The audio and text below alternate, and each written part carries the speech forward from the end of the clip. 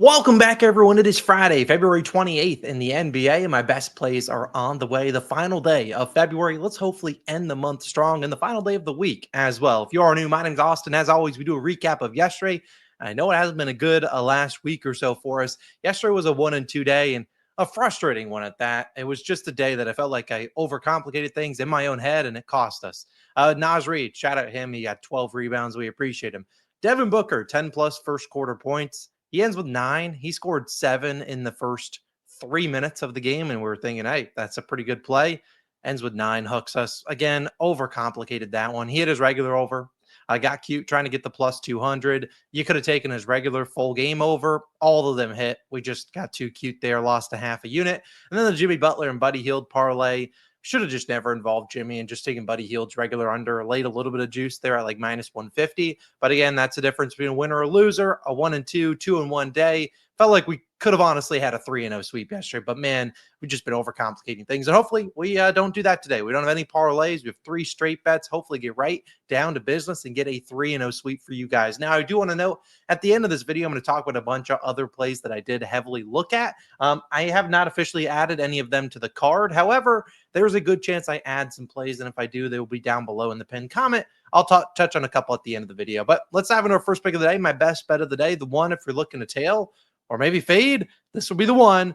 Donovan Mitchell. I like his over 31.5 points plus rebounds, a 1.5 unit play. My best bet of the day. My favorite one, if you want one to tail, this is it. Now, I'm not including assists because getting assists against the Boston Celtics is a tough spot. However, I do like the matchup for Donovan Mitchell to score a bunch of points, but also to grab some rebounds, something I don't normally count on him to do. 31.5, love it. 32.5, love it as well for 1.5 units. When you get up to 33.5, I don't even know if I'd play that. I might drop it down to maybe just a half unit play. But let's talk about Spida. Now, on the season, obviously, Spida's numbers aren't like, oh, wow, he's hit this in every single game, because it's far from that. But he's played really well against Boston, and I'll show that in a second, his stats against them. But he's absolutely cooked this matchup. When we talked about how to beat the Celtics, you kind of need guys to beat them one-on-one, and Donovan Mitchell is the best player in one-on-one for the Cleveland Cavaliers. You will see the return of Darius Garland today, but Garland's nursing a hip injury. How active, will he be? Could he defer to maybe Donovan Mitchell a little bit more? Potentially. But let's touch on Donovan Mitchell first, and we'll dive into his numbers. Now, obviously, points and rebounds, you're not looking at the greatest hit rate, only over in 10 of 30. The 32.5 doesn't make a difference. He has not ended on 32, knock on wood, yet this season. However, we know this team has been involved in a lot of blowouts. This game, if this is a blowout, then the NBA sucks. But you assume Donovan Mitchell is going to play 30 minutes. And when he plays 30 or more minutes, over in exactly 50% of games. Now, as I talked about earlier, and I'll zoom this in for y'all, as we talked about earlier, you look at Donovan Mitchell, you'll see how he scores his points. Number one method of scoring, pick and roll as the ball handler, where we've talked about the Celtics ranked 25th there. So again, they really struggle. Sure, free throws, spot up. I'm not too worried about spot up shooting, because if they're giving up a ton of spot up shots, it's not really Donovan Mitchell's go-to. Instead, he scores in the pick and roll. It's what he does in an isolation. So again, another great matchup. Now, you've seen in these games over his last 30, over in 15 to 30, what happens when he faces a team that struggles defending the pick and roll ball handler. Looking at him over in 14 of 23. So again, when he plays 30 minutes, faces a good matchup, he does pretty well. You go to the bottom 10, you're looking at kind of a similar hit rate, give or take there. Now, what we really want to touch on, though, is the matchup. Head-to-head wise, I mean, he's torched them 43, 42, and 41. You see the volume, 29 shots here. Also, look at those rebounds, 8 rebounds. You look at this game, and that was with pretty much the same exact lineup we'll have today. Then you see this game, 35 points, 7 rebounds. Again, that's why I like the rebounds. This game, 31 points, 10 rebounds. Again, we know the Celtics firing up threes left and right. There's going to be a lot of long rebounds to go to the guards. Then you're saying, Austin, I don't care about a 3-game sample size. Fine. We'll go back to last year. He's torched them. This is what he does. 35 points and rebounds here. 6 rebounds. You see that. 39, 31 and 8, 33 and 6 here. 29 and 7, 33 and 6. He's torched this matchup, and I got to roll with him. We've taken it pretty much every single time he plays them. I'll take the points and rebounds here. Not too worried about Darius Garland being back. Like the matchup for Spida more than anyone else on the team. And given they're on the road and what is a big, big game, trying to assess yourself as you move closer to the postseason, I expect Spida to show up. I love his over in points plus rebounds. My best bet of the day, a 1.5 unit play. Now we move to a couple unders, and then I will touch on a bunch of other props. So stick around for this video. I put a little note on my spreadsheet. I have 5 or 6 props I'm going to touch on at the end of the video. So again, if we add any plays, they'll be in the pinned comment. Second play today is going to be a guy by the name of Anfernee Simons. Taking his under 3.5 made threes. Now, it's minus 145 on DraftKings, and I get it. If that's too juice for you, don't play it. But it's one of my favorite props of the day. And so as we talked about Buddy Hield, we basically had Buddy Hield's line around here. It's probably a little bit more juice than this, but again, we didn't play yesterday trying to add a juice reducer, and that cost us. I'm not going to do a juice reducer today, although if I were, it would probably be Kevin Durant 20-plus points just because that feels almost as automatic as anything these days. But again, I'd rather just take Anfernee Simons under in points. Threes, if I had to do an individual, if I had to say where I would play it up to, I'd probably say about minus 170. I think this should be minus 200 or more. This is a very tough spot for Anfernee Simons on the road, taking on the Brooklyn Nets. Now, in general, Simons has struggled on the road. Additionally, this matchup is an interesting one. It's a pretty bad one, but if you think about the injury status for the Blazers, they're actually a pretty healthy team. Sure, their center position is cooked. Robert Williams, DeAndre Ayton, they're dead, and then Klingon, whatever. I don't know what the hell he's doing. But I don't really care about centers because that doesn't really impact Anfernee Simons. But we do see Denny Avdia. He's injured. We would know he cooked us on the ladder, although the ladder full faded. So not really his fault. Jeez. But we think about Denny Avdia. If he does not play, what happens? Well, you're going to see more Shaedon Sharpe and more Scoot Henderson, which is great because that's going to limit the usage of Anfernee Simons. Now, let's touch on Simons a little bit more. And as always, we're going back to PropsMadness. Again, the site has a ton of different tools to use. Best research tool out there. Look, sign up using my code COS. I'll put the link down below. 25% off your first purchase. Let's test it out for a full month. I guarantee you'll see the rewards for you on the back end. Now, let's talk about Simons first and why I'm laying a little bit of juice on his under in 3-pointers. Now, Simons, as you can see, his lines are kind of, oops, wrong button. His lines are kind of all over the place here. You see a couple books are at 2.5. You see in a bunch of 3.5s. It's getting more juiced and juiced as the day goes on. Like I said, I still think minus 170, pair it with your favorite prop as well. I really don't think he's knocking down 4 tonight. Now, Simons, obviously, this is at 2.5 because they switched to FanDuel, but 3.5. Looking at him under in about 15 of his last 24 games. If you switch to it on the road, he's under, and I guess the same exact hit rate on the road. I believe it's 10 of 28 if you increase the games. But again, he has not been great on the road. Additionally, we look at the matchup for 3-pointers. Number one, Simons does not shoot corner threes. Most of his threes are above the break, and we see the Nets rank 4th there. Additionally, how he scores his points, 35% in the pick and roll as a ball handler. The Nets rank 1st there. Now, they struggle against spot-up shooters, but that's not really Simons' game. I mean, sure, 17%. Not really how he scores majority of his points, though. It's all in the pick and roll as the ball handler. When we've seen him, and then you look at 3-pointers allowed, 4th in 3-pointers allowed. So when he's been on the road versus, top 15 3-point defenses, you're seeing, under in 7 of 11. I just don't see this being a great matchup for him to knock down the 3 ball. I just think they're going to see the Nets throw a bunch of different guys at him. They do get Cam Thomas back, but I'm not too worried about Cam Thomas getting back. Simons has struggled, like I said, under in 5 straight on the road. Sure, he's hit 3 on the dot, but again, Wizards, Jazz, heck, even the Nuggets, and then the Timberwolves, he shot 11 threes. Sure, if he shoots 11, then we might be in a tough spot, but I think we're going to be closer to 7 to 9, and I just don't see him shooting a super high percentage. So I really do like his under in 3-pointers tonight, minus 145. I think it's a really solid play. My last play of the day, before we dive into a couple other leans, and as I said, we might add a play. There's a good chance I'm probably going to wait until closer to 2 to 3 p.m. to really dive back into the slate. I want the injury reports to come out and more bench guys to get some lines to kind of get a good gauge of where we're going. But stay tuned. This guy, he belongs on the bench. Mouhamed Gueye of the Atlanta Hawks, under 5.5 points. Look, if you don't know who he is, we faded him in his last game, and he was sort of sweaty, but he was a winner. I'm going to fade him once again tonight. It's him and the Hawks play host to the Oklahoma City Thunder. Now, Gueye does start for the Hawks, but if you watch him, he doesn't really play a lot of minutes. I mean, this is a guy that is in there for size a little bit, but then when things go wrong, they just take him out. And here comes in Karis LeVert. Here comes in George Niang. Here comes in Capella, a bunch of other guys. I just don't see how this guy gets the 6 points against the Thunder. And we'll touch on that. I mean, this is a guy that has struggled. Now, for starters, we'll begin with the splits. He is shooting 18% from 3. Sure, you could. I mean, he's averages about 6.5 points per game right here. But again, 18% from three. Woof. Now, if you move back into how he scores his points, you would see, this is the wrong game. Sprite game, wrong guy. Mo Gueye. What? No, we're not taking him for 9.5 points. You'll see, let's just say here, you're looking at a guy that is under in 5 of 12 or under in 7 of 12. That's great. But I really want to look at what happens when Karis LeVert's in there and Niang, because these are guys that play meaningful minutes, 25, 30 minutes off the bench. He's under in 4 of 6. Now his overs. Game against the Magic. He made 2 threes. I just showed you. He shoots 18% from three. He made 2 threes. Give him tip the cap. The other games. 2 points here. 2 points here. 2 points here. 9. Congrats. He had a bunch of easy layups and dunks in transition. And then 5 points here again. 3 shots makes his only 3-pointer. That's when we faded him. Again, you look how he scores his points. Cutting, kind of hard to gauge that. But transition, the Thunder ranked second there. Spot up shooting. Again, he shoots 18% from three. He might get a shot or two from there, and that's a good matchup. But again, we're betting on, percentages here. I mean, this is a guy that shoots 18% from three. What are we talking about? But you look at him even more, where he scores his points.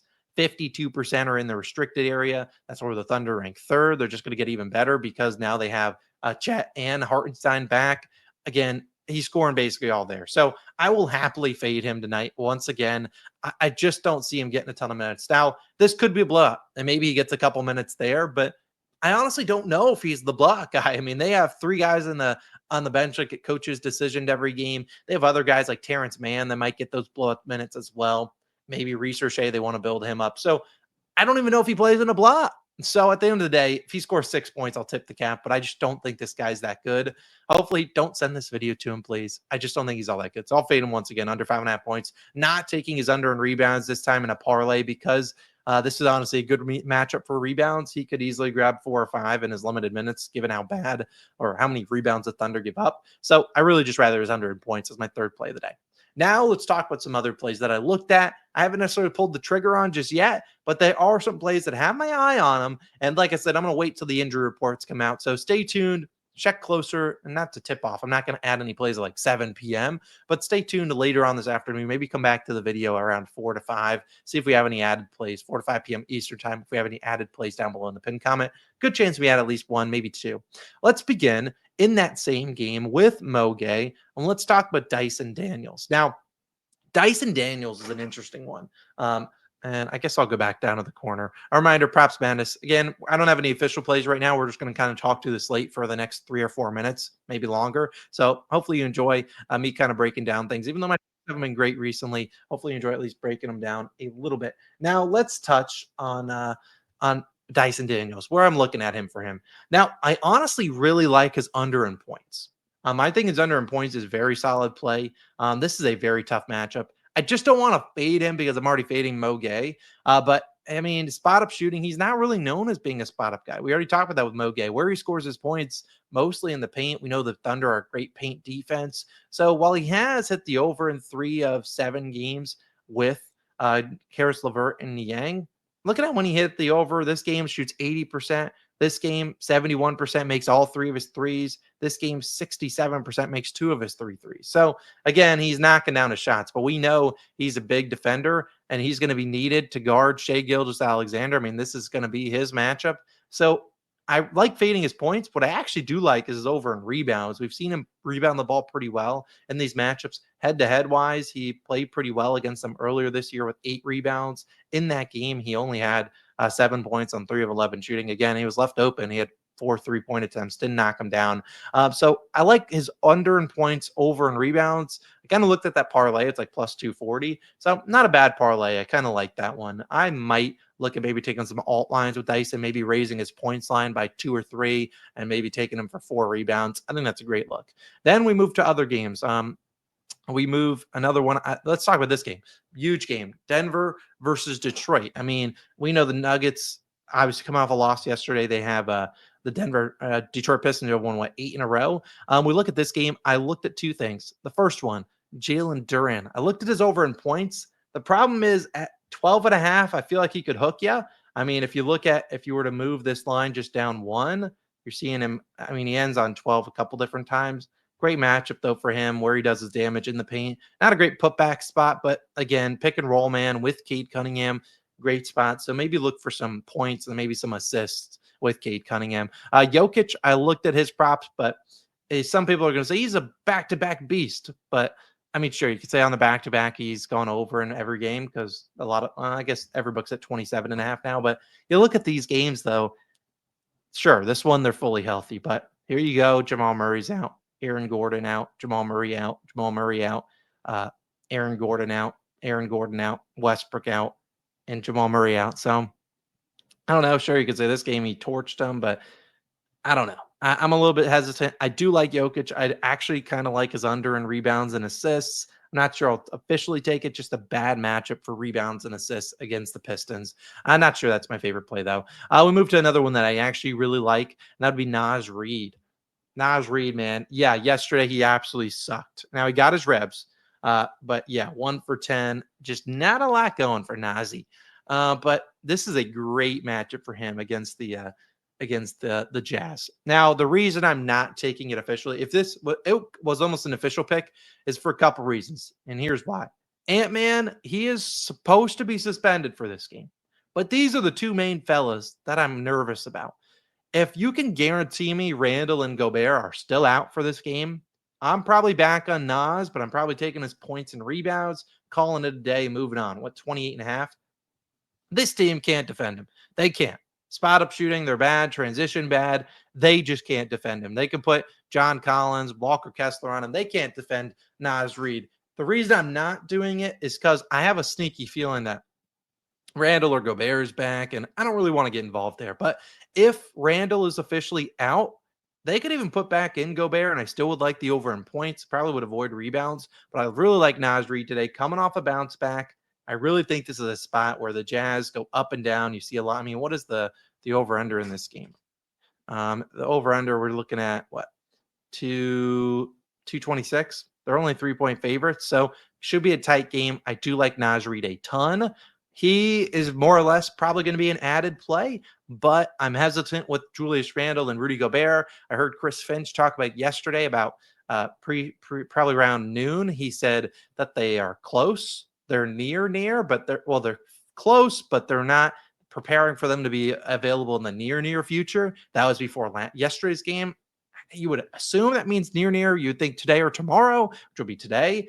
So I don't really know what the hell Chris Finch is saying. Another one that I looked at in this Boston Celtics game, a pretty solid look is going to be Kristaps Porzingis first quarter points. You're getting a minus 140 bet 365. I mean, yeah, you won't find a much better hit rate on a first quarter prop. Head-to-head wise, he's 1 for 2 on this, 9 points here. This game went 0 for 4 from the. I mean, he wasn't making his shots. What can you do there? Another good spot, getting Jared Allen on him defensively. We'll get some spot up opportunities. Don't mind that one. A pick I actually think is a sneaky one. I couldn't decide on Tatum or Brown. I kind of like Brown points plus assists. At home, he's been pretty. 15 of 24, hitting the points plus assists. In terms of head-to-head wise, he's under in both games, but you look at both a little bit deeper. This game, obviously 25 misses, 1 free throw, 8 assists, though, 7 of 17 shooting, no Kristaps. This game, 16 and 6.